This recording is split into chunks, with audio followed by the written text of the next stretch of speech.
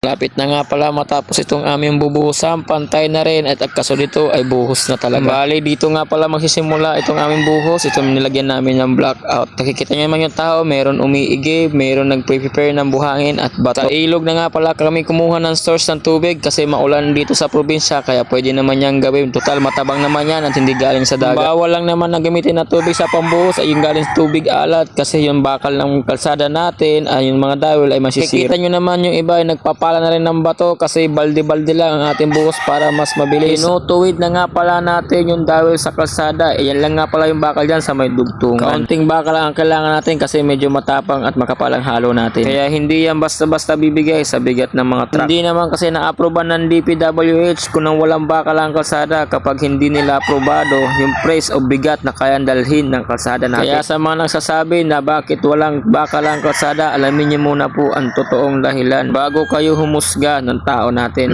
Bali ang halo nga pala natin ay 135. Maganda yun na yung balde kasi maintain yung lagay, hindi konti, hindi marami at hindi rin sobra. Ganyan nga pala kalapot yung ating buhos kaya yan binuhos natin sa lupa natin. Matapos ibuhos ay meron naman isang tao magpapala para yung halo natin ay makarating sa dulo. Oo nga pala, kung gusto mo ng ganitong video, mag-like at follow ka lang. MD Construction here. Thank you.